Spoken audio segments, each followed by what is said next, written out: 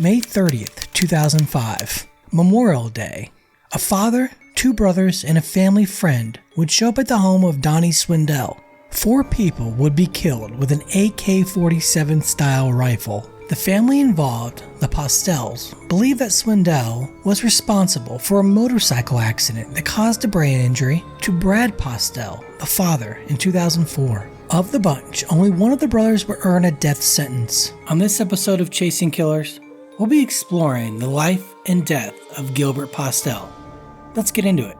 Postelle was born on June 22, 1986, and was a native Oklahoman. Like most of the men who commit heinous crimes, he had a trauma-filled upbringing with an absent mother and drug-addicted father. At the young age of 12, Postelle was hooked on methamphetamine. As a juvenile, Postelle was arrested several times for drugs and guns. His father was even accused of manufacturing drugs in the backyard. At the time of the crime, Postelle was only 18 years old and seemed to be heavily influenced by his father, as most his age would be.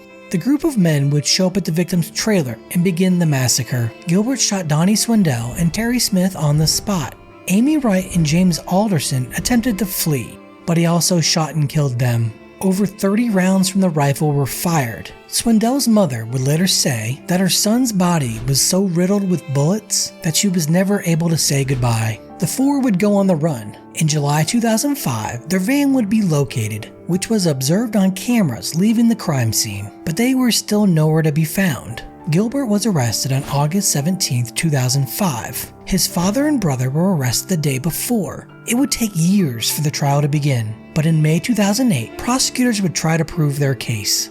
On September 10, 2008, he would be found guilty. The penalty phase would now begin. Gilbert's grandmother would beg for his life. She would say, "I beg you to be merciful. I love Gil. Please do not sentence Gil to death." Defense attorneys would argue that the jury should spare his life due to his miserable childhood, lack of education, and drug use. The day after his conviction, he would learn his fate: death.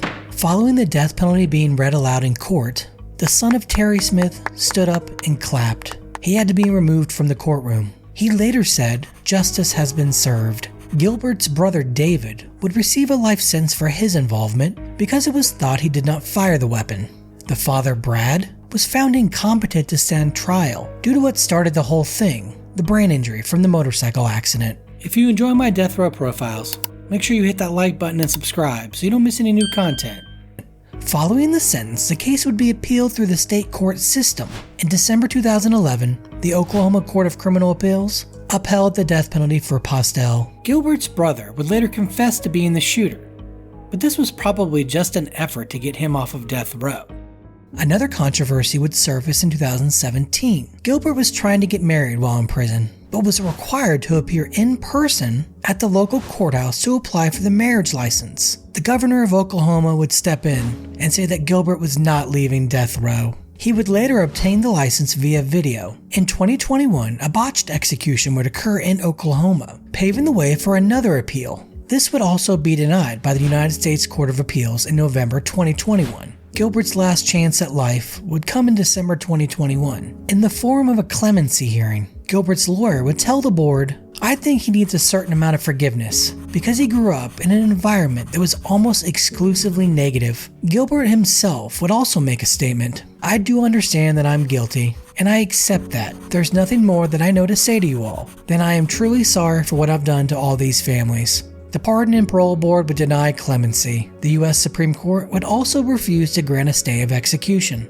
February 17th, 2022 would be Gilbert's last day on Earth. For his last meal, he would eat 20 chicken nuggets, 3 large fries, 1 crispy chicken sandwich, 1 large cola, and 1 caramel frappe, which sounds to me like he was craving McDonald's. He would walk into the death chamber at Oklahoma State Penitentiary and receive his punishment: lethal injection. Gilbert would not make a final statement. He would be pronounced dead at 10:14 a.m. The sister of Donnie Swindell did make a statement. "His family grieves as our families have grieved for 17 years. To know that he will never walk this earth again does give me a little more peace than I had yesterday." This was a Chasing Killers profile of Gilbert Postelle. Thanks for watching. See you next time.